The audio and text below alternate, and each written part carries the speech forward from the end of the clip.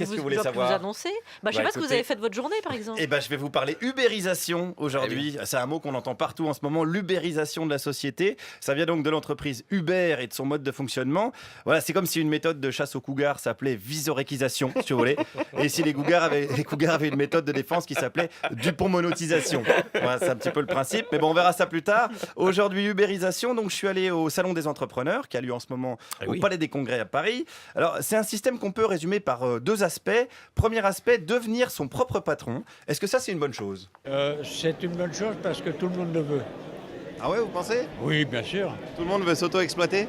Je sais pas, vous n'utilisez pas les bons mots. Ah, pardon. S'autofinancer. À s'autofinancer, pardon. Mais quand même en bossant 40 heures par jour pour pas un rond. Et pourquoi pas? Mais évidemment, pourquoi pas? C'est génial. Et si vous faites grève, vous appelez Jean-Pierre Pernaut pour dire que vous êtes vous-même pris en otage. Vous pouvez même vous acheter une matraque de CRS pour vous matraquer la gueule. Nos auditeurs sadomaso se régalent. C'est beau, c'est le progrès. Et ça va même plus loin que ça. Si vous êtes au chômage, qu'est-ce que vous faites? J'ai demandé à un autre professionnel de l'ubérisation. C'est un cas de conscience. Qu'est-ce que je fais? Est-ce que je reste chez moi sans travailler ou est-ce que je décide d'avoir un emploi qui va être rémunéré, quelle que soit la rémunération, ou je vais faire quelque chose où je vais me sentir utile parce qu'il y a la notion de sensation d'être utilité. Donc on a le choix entre soit être esclave, soit être SDF. Exactement, on a un vrai choix, c'est un vrai dilemme, c'est le dilemme du prisonnier 4.0. Voilà, le dilemme du prisonnier 4.0. Alors quand on parle de prisonnier, rien à voir avec Cahuzac, ni Serge Dassault, ni notre invité s'il dit du mal de la mairie de Marseille. Le dilemme du prisonnier, c'est un jeu où vous êtes forcément perdant si vous ne coopérez pas. Alors ça pourrait être sympa, sauf que chez Uber, entre tous ces chauffeurs, il n'y a qu'un seul gagnant. Et le gagnant, c'est précisément l'entreprise Uber, qui en plus ne paye pas ses impôts en France. Donc si vous voulez, pour résumer, Uber, c'est un peu le conseil municipal de Levallois-Perret. Voilà, vous voyez un petit peu. Alors, est-ce que... Il a payé hier, vous êtes un salaud. Oui, pardon. Salaud. Oui, c'est vrai en plus. Pardon, Patoche. Je m'excuse. J'irai rendre visite aux habitants de Levallois-Perret demain matin, certainement. Alors, est-ce que quand même, au niveau d'une société, ça pose pas quelques problèmes, tout ça?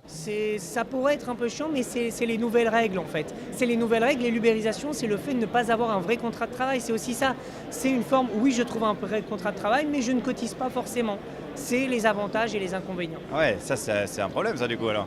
C'est un problème. Il n'y a pas de protection sociale, là? Il n'y a pas de protection sociale et on arrive au cœur du problème. Et vous êtes très très fort dans votre question et votre analyse, monsieur, il faut le dire. Et ben voilà, j'aurais donc une bonne note, parce que c'est ça le deuxième aspect de l'ubérisation, c'est le système de notation.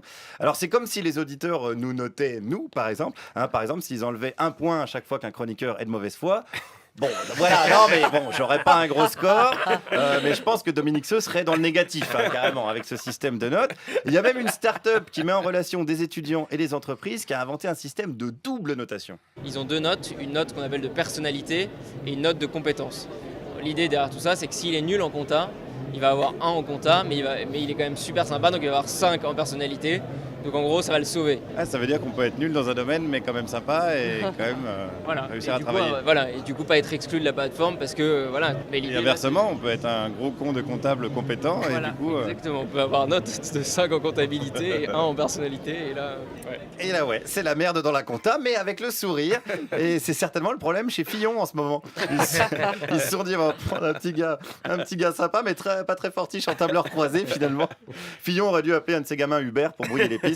Il a raté le coche là-dessus. Mais est-ce que ce système de notation est un progrès selon un entrepreneur un peu plus âgé? Oui, bien sûr que c'est un progrès. De se noter les uns les autres? Oui, c'est bien. Professionnellement, vous donneriez quelle note? Oui, à qui? À vous. Peut-être 10. Sur combien? Sur 20. Ah ouais? Ouais. Qu'est-ce qui a manqué alors pour que vous ayez plus? La lenteur, l'hésitation, des fois on vit une époque où c'est toujours la course contre la montre.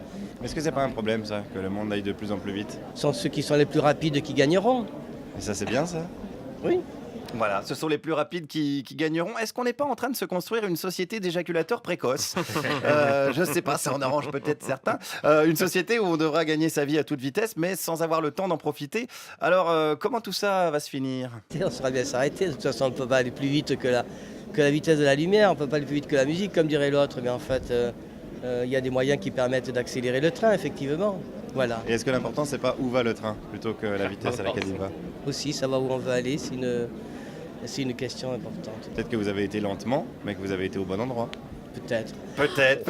C'est du Paolo Coelho. Mais peut-être que nous aussi, on va vite dans notre émission. Voilà, on fait des chroniques. Voilà, on essaye d'aller aussi vite que le train. Alors Clara nous ralentit, certes, mais bon, on s'en fout. On n'a pas vocation à monter dans le train. Hein, on a plutôt vocation à le faire décélérer avant qu'il se fracasse la gueule. C'est ça qu'on veut, et j'appellerais ça la si tu écoutes génulisation de la société. Oh, c'est bon.